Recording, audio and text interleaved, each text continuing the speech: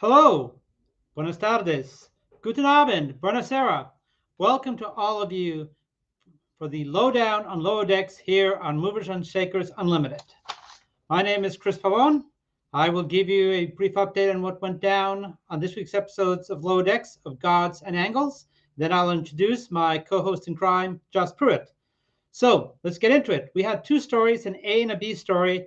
And frankly, my favorite was the B story, which revolves around Boimler continuing to try to replicate his alt universe's course of promotion within the Cerritos. And so, as he's looking over the pad that he stole from him, he learns that his next step is to befriend Dr. Tana and to be able to join her book club.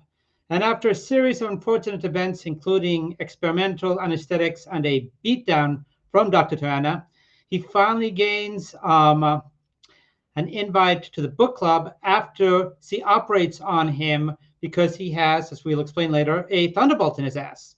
And this surgery, she believes, will give her the cred in the medical communities he so wants and craves, and this endears Boimler to her.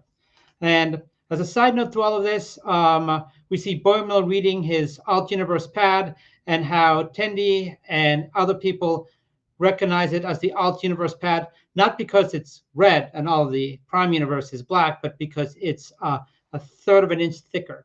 So that's the B plot. The A plot revolves around Ollie, who is a Starfleet ensign who's been kicked around from ship to ship, and the Cerritos is sort of her last stop. And so, hearing upon this, this endears her to Mariner, who just says, "I will take her under my wing." And so, one of their first efforts together is to look after the son of one of the diplomats on board the ship, because currently the ship is hosting peace talks between two photonic races. One is a sphere and one is a square. I mean, almost as different as, let's say, if you had black on one side of your face and you had black on the other side of your face. Their mission is to watch after the son of one of the leaders. They go to pick him up, and his room is trashed, and this leads to a mystery that is worthy of Dixon Hill. And so now they must find what happened to the son of one of the diplomats. And after a lot of trial and error, it is discovered that Ollie hid a vital piece of information regarding what might have happened. And so when news breaks out that the daughter of one of the lead diplomats is also missing, tensions rise to high, conflict ensues, and there's a crisis of escalation as each side is shooting at one another, until finally Mariner tells Ollie, who happens to be a demigod, we find out, to use her powers to try to depower and de-escalate the situation. What she tries to do is not successful, and this causes, among other things, for Boimler to have a lightning bolt in his butt. And what saves the day is that Ollie falls back on engineering training and convinces Billups that there is a way to de-escalate both sides, which have now merged into gigantic spheres and cubes and are fighting each other, and the Cerritos taking the brunt of the blows. And so her engineering skills allows them to use the tractor beam to de-escalate both sides. They're back in the hangar, and that's when we have the Romeo and Juliet twist, that it turns out that the son and daughter were in love with each other, and they went to consume their love, and they have generated Squaron, which is an offspring of both a sphere and a cube that neither side thought was possible. And so, seeing this, both sides decide to return to the negotiating table to hammer out a peace treaty. All seems well. After this, Ollie is assigned to Billups in engineering, but first he must spend a night in the brig. And as he's in the brig, Mariner sets herself outside to talk to her, and we hear Ollie talking about how much he loves the brig, and it's echoes of Mariners from season 1 and scene. So that was the episode of Gods and Angles. And with that, I will introduce to all of you my co-host in crime, Mr. Josh Pritchard. Josh? Good evening, Chris. How have you been doing? Haven't seen you in a while. Yeah, a couple of weeks, yeah. Yes. Okay. I got lost in Starbase 80. Easy to do. Oh, yeah. Yeah. The floor falls right out underneath you around there. Your You gotta be steps. careful. Yeah. There's weird sticky stuff on the wall, too. It's pretty gross. Pretty gross. Yeah, it is. Yeah. So, well, So, so I Josh, guess, go I ahead. liked a lot about this episode. Let me start us off by saying that finally we got to see a lot of Dr. Tana. I thought in the previous episodes in this season, She hadn't had a lot of opportunities to shine, and I thought in this one she did. What did you think? Yeah, we have not gotten a Dr. Tiana this year. She's been sorely missed. I was glad she was in this episode with a vengeance. It was amazing to watch. I really enjoyed seeing her again, and the whole thing about the book club and Mariner with the pad from the alternate universe. I mean, it's really shaping up. Interesting thing is, if I was talking with my friend, with friend of the show, Mary Fan, earlier today, and she said that it'd be funny if they could do a flash forward with Boimler and sort of find out that because he's becoming such a risk taker this season, that maybe he ends up becoming like the biggest loose cannon in Starfleet in 10 years. Like he's the most dangerous captain out there. That's what he's slowly becoming. It's been interesting to see his growth. I mean, but again, we're seeing the growth of all these other characters, especially Beckett. I mean, here she is. She's mentoring a Starfleet officer everybody else thinks is a real screw up like she was, and she's getting at her problem and she's helping her figure things out. Um, so she's really been a real leader. I mean, we've always known that she had leadership capacity, but now she's finally doing, because she's starting to get over a lot of the problems. As we found out last season, she had a lot of pent up anxieties left over from the Dominion War. Well, Um, one of the things I liked, aside from the casual mention of Dixon Hill, I mean, you can never go wrong with yeah, mentioning Dixon Hill, is I really enjoyed the bad cop, good cop routine when Mariner and Ollie have to interrogate one of the photonic beings. And I thought that was so reminiscent of a lot of the trend that we see in cop shows of the good cop and the bad cop. I thought it was pretty hilarious, and they played off one another really well. yeah. I like the character of Ensign Ollie. She was really a trip.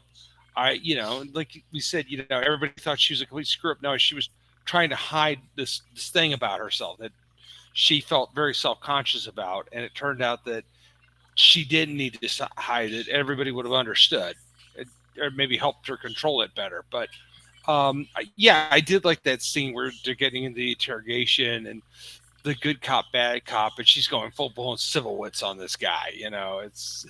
It was pretty funny. Um, so That's if an you, NYPD reference for those people who may not know. yes, NYPD Blue show back in the '90s. Uh, Terrific TV show, one of the best cop procedural series ever made. Uh, right after Homicide. So Ooh, homicide. Nice. yeah, oh yeah. But I've been on a '90s kick this last few days. Just kind of thinking about all the great TV shows of the '90s. True, true. Mostly all the Star Trek shows we had, but also B5, Stargate, Homicide, West Wing, NYPD Blue, Seinfeld, Friends, Frasier, all that good stuff. Yeah. The other two things I liked about this episode was I liked the mentions of um, uh, of Ransom saying to Beckett and to Captain Freeman, sometimes you just needed someone to believe in you. And because there's a clear reference of how much of an influence he was on Beckett, as Beckett is doing a turnaround. And really, when you think about it, with the scene at the end of Ollie being in jail and talking about how much he enjoys the jail, that she loves it there, this is hers. We're starting to see at the end of the final season how things are becoming full circle. Like what we saw in Mariner, we're beginning to see in Ollie. So it's kind of like if this is going to be how they wrap things up, it's kind of a nice way they're wrapping things up. And I also like the fact that it wasn't the demigod powers of Ollie that saved the day, but it was her engineering know-how, which kind of showed that he does belong in Starfleet because he does have the chops to get the job done.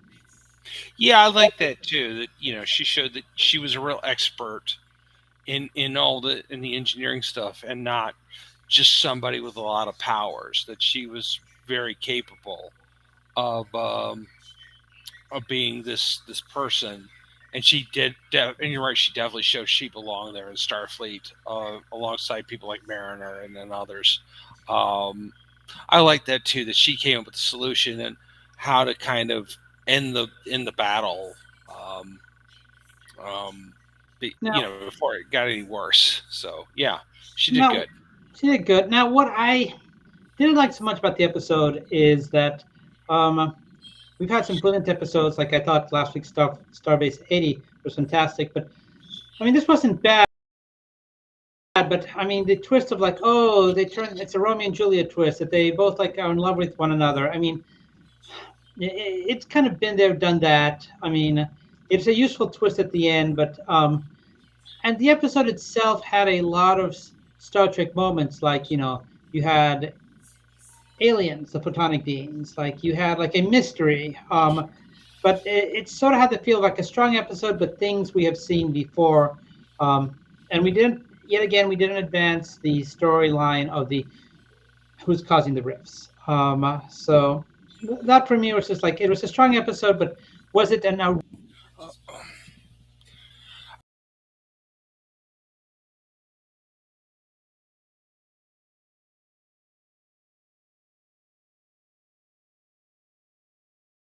like when Ransom said that, "Oh my God, there's a giant sphere and a giant square." I mean, there's no originality. I mean, I just felt like the originality that we see a lot of times in the shows in the series. This time it wasn't quite there, and so I think we may have lost my co-host for a second. So um, uh, I will just say that as with most of these episodes, there are not a lot of things I dislike. I mean, in general, I'm a huge lover of Lower Decks, and here he is again. Okay, good. Hi, sorry, we got bumped off there for a second. Okay. Can you hear I was, me? yeah, I was just saying that I thought that much like Ransom said, they're just a giant sphere and a square. There's no originality. This came up a little short in the originality for me. Yeah, I thought it was kind of predictable, but I think the whole point was more like Boiler wanting to get in the book club and Mariner mentoring Ollie. I think was more what they were going for. Otherwise, yeah. I mean, the squares versus the spear thing kind of did harken back to episodes like you referenced. Let that be your final battleground. The episode with the Riddler. Sorry, I Frank just blanked. Corson. Yeah, Frank Gorshin, and then of course I also thought about the episode from season one of TNG where they were trying to escort the diplomats to a planet called Parliament. One of them was kind of a canine-like species. The other one was a reptilian one, and they've been fighting wars with each other for over a century or something. That's sort of what I thought about. Um, the only real complaint I had was just this kind of faux pas about the whole thing where um, they kept saying that Ali was the child of Zeus, and the episode they were representing Who Mourns Adonis, that was actually Apollo. So I don't know why that was getting. I don't know. Maybe they just forgot that, or I mean, More than one god out there. yeah, that's true. I mean, technically, yeah, she was related to Zeus because Zeus was Apollo's father, so Zeus would have been her grandfather.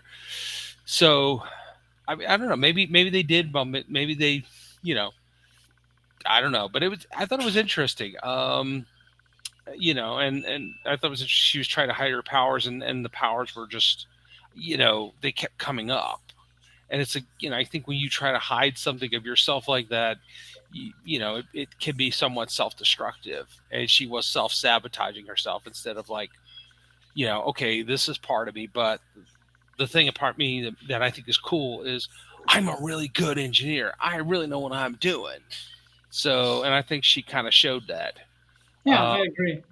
and it's too bad we're coming into the final season, and I mean, we're in this final season, and I don't think we're going to have more and more episodes with Ollie in them. So, Most and most likely not. no, Going into our Gorn segment, the appearance of Ali now makes the appearance of the hand in the intro credits make much more sense now because I love the intro credits and like we have maybe because it's the final season they seem to be tossing everything that was left on there with V'ger and like the hand of Apollo and the Tholian web. Berlin Webb, but the hand of Apollo now makes so much more sense with the presence of Ali. Mm-hmm. And so the thing that makes me wonder a bit about moving forward is the question that was raised by Tendi of like how much can you try to imitate a version of yourself rather than being true to yourself, which seems to be what Boimler is trying to do more and more. And we see the beard, the goatee now is in place, like he's trying to grow out the mustache.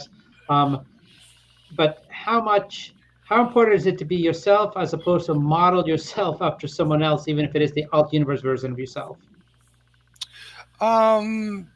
Yeah, that is a good question. I mean, how much of yourself is your alternate universe self? And I would say none, but clearly Boimler, since the beginning of the series, has always wanted to advance in his career. Um, and this other Boimler clearly did. So he wants to know how you do that. Um, and so of course stealing the pad and trying to see what this guy did is seems to be his only way forward to do it. But I mean, is it going to work for him? Is he going to turn? What is? It's like having the dark hold from Marvel. I mean, okay, yeah, you get all this knowledge, but what's the ultimate price for it? That's ultimate price indeed. And what's going to happen with Rutherford? Because as we left the episode, it seemed Rutherford had bought into the idea of like, wow, maybe I should like you to copy what you're doing. Like, hand me the tablet so I can see like what my other self did in these circumstances. And it's Yeah, also it's also a bit of a glimpse into the future, right? Because like the discussions with the photonic beings was ongoing for them, but on his tablet it had already happened. yeah, and because clearly they exist. The universe they found at the beginning of the season and the universe we've known, the Prime universe, clearly run in the same direction. A lot of the same events that happen. It's just they've happened out maybe a little bit out of order, um, and um, clearly, the other Beckett had become this this ultra strict captain, and not very sympathetic, just throwing people in the brig or whatever, and wanted to go back to a time when she was the upstart ensign that was just always having fun. Um, but our Mariner, of course, I think she's trying not to be that person. She, trying to be more sympathetic. Don't let people get sent to the brig. Time to mentor people. Kind of okay, growing up a little bit, seeing after seeing what this awful version of herself. So I think that's something that everybody's kind of considering. I mean, there wasn't a Tindy, and we didn't see another Tindy in that universe, and so I think Tindy doesn't have quite the same interest as Boimler, Rutherford, and Mariner have at this point in the alternate universe. Well, this is a good point for us to go on to our theories, and I'll hit you with two, see what you think. One minor one, I think that at the end of the series, Pueblo actually will shave off the beard and mustache because he will come to the realization that it's better to be Brad Boimler than Beard Boimler. And number two is, I think we will discover that the person creating the riffs is the alt universe Tendi, who's the only one we didn't see, and we know that he went back to being a pirate, and a pirate looks for different seas to pirate. So I think we will find out that it is Alt Universe Tendi who's opening the rifts to allow her pirate crew to go and loot other universes. Yeah, I think that's a possibility. I think you're onto something there, and I think we only have a few more episodes till we find out if any of our theories are correct. So, yeah, I mean, I think that would be an interesting to go on it. But I mean, if we're also considering that okay, we see the hand of Apollo, and then we meet one of his descendants in this episode, does that mean the whale probe and V'ger and the Tholians are going to show up? I would love that, but I don't. I think the clock's going to run out before you can do that. Yeah, well, it's possible, but you know, maybe they'll squeeze it in. I don't know. We got how many? 4 episodes left? I think only 3, maybe. Ooh, It's let 3 or me. 4. Um, Yeah. uh, I think it might only be 3, but I'll have to double check. But um, uh, you know, who, if we can name one species to show up before the end, who would you want? Um. Hmm. Actually, I just had a thought. I mean, why not V'ger? I mean, because of one thought was that it just occurred to me because the Rutherford of the alternate universe had basically made himself not so much a Borg, but more machine. And that, the whole thing about V'ger is that it found a machine. It was a Voyager probe that found a machine world that repaired it and upgraded it and sent it back to Earth.